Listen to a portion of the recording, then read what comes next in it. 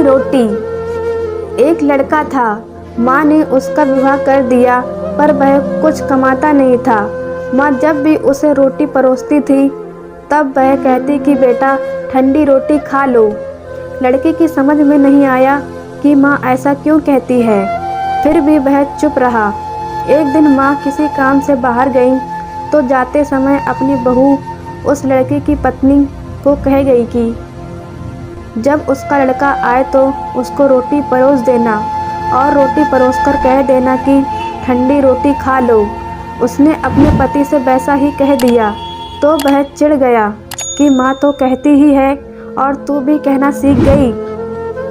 वह अपनी स्त्री से बोला कि बता रोटी ठंडी कैसे हुई, रोटी भी गर्म है, दाल साग भी गर्म है, फिर तू ठंडी रोटी कैसे कहती है।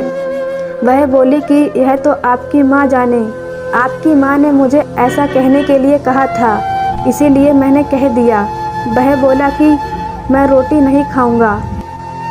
माँ तो कहती ही थी, तू भी सीख गई।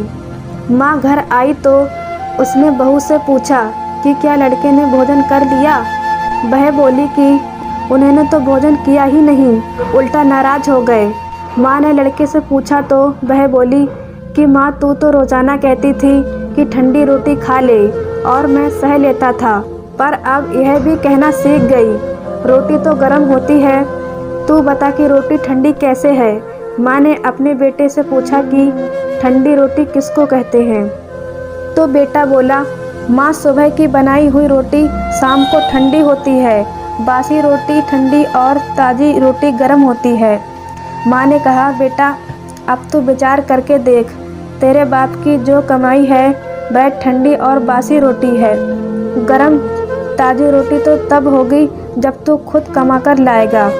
लड़का समझ गया और माँ से बोला कि अब मैं खुद कमाऊंगा और गरम रोटी खाऊंगा।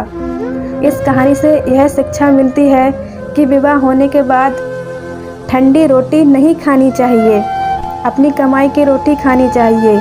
इसीलिए विवाह तभी करना चाहिए जब स्त्री का और बच्चों का पालन पोषण करने की ताकत हो। यह ताकत ना हो तो विवाह नहीं करना चाहिए। दोस्तों, अगर यह कहानी आपको अच्छी लगी हो तो लाइक और सब्सक्राइब करना ना भूलें। धन्यवाद।